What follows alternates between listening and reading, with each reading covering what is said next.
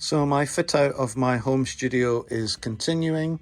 Up until now I've been using just standard power blocks like this, but frankly they are a little bit inconvenient, and also occasionally, because this is a home studio, I sometimes get interference coming through the power supply, you know, when our washing machine's on and things like that. So what I've got is a power conditioner, and I'm going to install that. So let's get it out and see what it looks like. So here is the Lamden Audio CP9 power conditioner, which is supplied by Studio Spares, and I'm going to open it now and we'll have a look at it. So here it is.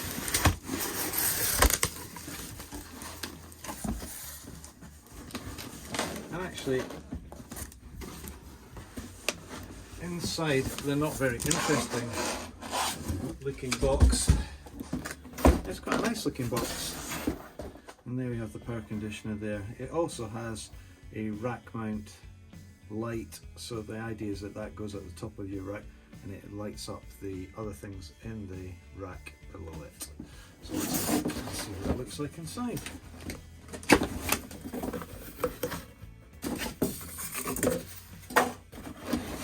Okay, so here we have it. Now we've got some feet here if it's freestanding, and we've got a power cable, which I'm rather hoping is going to be long enough to reach to my power outlet on the wall. And here is the unit itself. And my word, it's quite heavy. So the idea here is you've got lights which come out like that. Presumably these twist. I'll have to look at the instructions. And then a power supply there.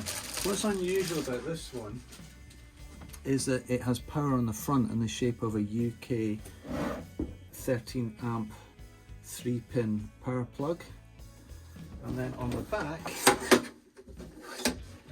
it has not only the standard Euro connectors, but it also has more of these 13 amp power points. That's really attractive to me because not all of my gear has these connections in it, and I can plug other things into the back there. So let's get it all wired up and see how it works. So I did buy some of these Euro leads, IEC leads, and I've got some 2 meter ones, and I've got a 1 meter one. And what I'm going to do is use these to connect up my add-on monitors to the power supply. So these go on the back here like this.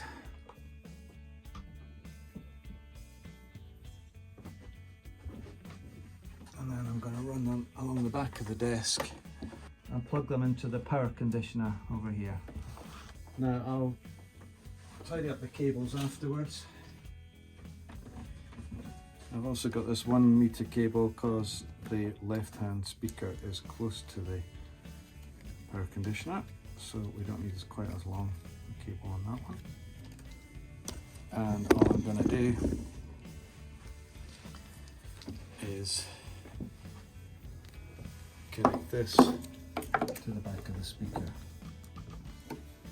So hopefully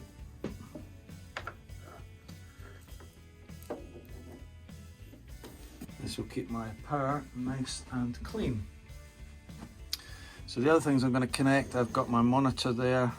I will have my MacBook which runs the whole show, and I've got my interface over there. So I'm going to connect all these bits to the back of here. So here I've got the power supply all wired up, and we've got these lights on the front, and they're quite clever. They won't move, so if you're using this in a portable rack, they won't come out unless you twist them. Then they come out, and then you use this dimmer here to turn the lights up, and they give quite a nice little glow there. quite a useful bit of lighting. If I turn the lights off in the studio, yeah, not enough to light the whole desk up, but it's quite appealing and just gives a little bit more working light. I guess I'll probably only need to have one of them on most of the time just to give me a little bit of extra glow. I really like the fact that it has an extra 13 amp socket there, which is perfect really for my MacBook power supply, which is quite chunky, and it's a little bit of a pain if you're leaning down the back of the desk trying to wire it up. But I can just put it in quickly there and take my computer away when I'm not using it, which is great. I guess apart from the fact that the power supply is supposed to be really clean and it's also protected, you can see there's a protection light there. It has a circuit breaker built in, and it means that if accidentally a cable gets damaged or there's an earth leak, that the circuit breaker will trigger and all of the power will go off. So that's an extra sort of safety feature built into it. Although it has 8 sockets in the back, you know, most of the gear I'm using is quite low energy, and I really want to plug in more things than that. And I guess if you're like me and you have outboard gear that you want to plug in, like other sorts of power supplies, I've got another 5-way actually, plugged into the back of this, which is sitting behind the desk here, just to power some low energy stuff like USB chargers for my keyboard and things like that. And one of the advantages of this really is that when I'm finished recording, I can hit that switch and all of that stuff is going to go off. What I tend not to do is to switch the speakers off using that. So you can see these Adam speakers have got their own switch in the front, and I'll probably continue to switch those off first, because although I suspect they have sufficient protection to cope with being switched off at the mains, I just don't like doing it. I'd rather protect the amps and the speakers from popping. Anyway, that's it. I guess a test might show that the sound's cleaner, but the sound's not too bad in here anyway. I'm not getting much in the way of mains hum unless there's an appliance on somewhere else in the house, but hopefully when that is the case, it's going to make for a nice clean supply for my studio. The final thing to say is this wasn't terribly expensive. You can pay a lot of money for power conditioners, and I don't know enough about the electronics to be able to compare one to another, but at least from the spec on the Studio Spares website, this one looks to be pretty good. An incredibly good value for money. It was just over £100 in the UK, and I think that's pretty good value for the convenience of the power supply and the ability to switch everything off, for the added little features it's got with the lights and so on.